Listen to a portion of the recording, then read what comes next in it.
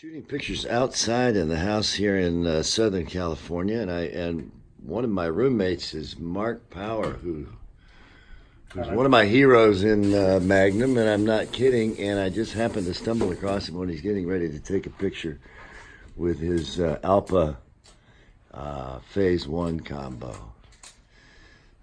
And Mark's book, Good Morning America, volume number 1, is on my coffee table at home. And Mark was in the Outer Banks of North Carolina not all that long ago. No, about a year ago. And you were very generous to look after me, David. Well, you are a generous person, Mark, and we're glad to have you here in Mexico. What are you working on here? Do you have a specific project, Mark? I'm doing a series of behind-the-scenes videos on the Magnum crowd here. Because of my long-term interest in America, I'm going to stay for my week here on the American side. I'm not going to pass over to the Mexican side, and I'm primarily interested in the border fence. So I'm going to be travelling along that border patrol road and see how far I get before I get stopped by the police. Okay, good. Let me ask you something. Now you're here getting ready to take a picture. Is this a test picture, or is this just a picture you feel like making? I'm not taking a picture actually. What I'm doing is assembling the camera because I only arrived last night, and so everything comes in bits, and so it takes quite a while to build the thing. I see. And so I just have to make sure I take everything with me because I don't take this bag. I take something much smaller. So I just want to make sure that I don't leave anything behind because there's countless bits and bobs that you have to use. So now this is, here I am, a colleague of yours in Magnum, and I feel like asking all these amateur questions. Now you've got the Alpha Phase 1 back, but now you've also got this is your little camera. Yeah, I've got this Fuji, which I use for portraits. I tend to carry it with me and never use it.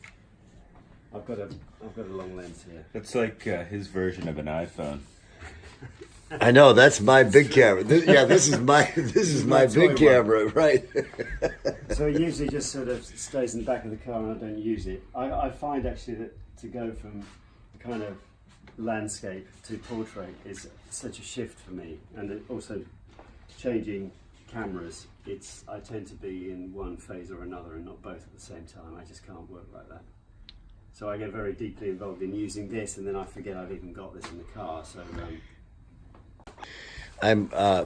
because I've talked to you about using a camera on a tripod, a larger format approach, and I like the spontaneity of a small camera because I'm free and loose. But there's a certain kind of freedom that you get when you put the camera on a tripod, right? Isn't there kind of a new kind of freedom when you do that?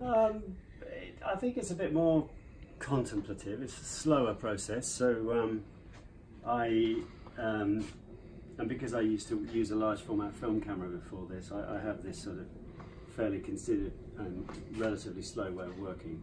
But interestingly, what I find over all the years is the bigger the camera and the more public you are, the more you seem to disappear.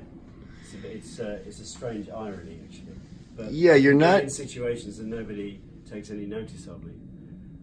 Whereas someone with a handheld camera can get into all sorts of trouble. So I use that advantage that I have. I found that to be true one time when I put a camera on a tripod in a Paris cafe, and I had declared myself. Yes, exactly. I declared myself. I wasn't being sneaky, and if they didn't want to be anywhere near the camera, they could easily and most make people that understand what you're doing, and they'll just carry on. And they just carry on. The modern world, people understand what it means to be photographed, I think, so, and they can understand why I'm interested in a certain situation. So, of course, Alex Mahoney uses that kind of technique all the time with his lights and so forth, and creating this theatre. So, I suppose I'm working a little bit like that, but most of my work is made outside, and there's not necessarily so many people around. So I have no idea what I'm going to see. I've never seen the border wall, so it's quite exciting for me to go. Oh, that's great. Okay. I hope I'm not too disappointed by it. It is only a wall, after all. Peter, where are you going today? Going out with the Border Patrol. Oh, you're filming. Jeez, I was. Well, I mean, I'm trying to do a little behind the scenes thing Oh, yeah. here. I mean, if What? it's No, of course. no, I've been out here making shooting. breakfast. No, Sorry. but I've actually been Yeah. no, but I'm actually working. I'm working since I know, early this morning. No, I'm going out. I slept on the floor last night because there weren't enough beds. Slept decently. Now I'm heading out on with the Border Patrol for just about half a day because that's all the access they've given. And What are you expecting to see? I don't know, but basically my project is about the different crossings in the San Diego-Tijuana area, so I'm spending time within a mile radius of each crossing on both sides. And so, of course, if you're doing all the legal crossings, it makes sense to try and do the illegal ones as well. So I figure with the Border Patrol, and then hopefully with a coyote or something on the other side, I'll see some of the illegal crossings. And so I'll build that into the work as it flows along. And you're going back and forth between Tijuana and San Diego. all the time. I'm spending about half my time in each.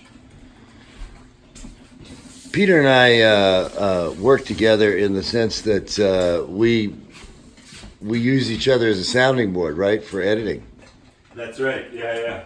Well, I'm going to use you for that later. I'm going to go. I've been out.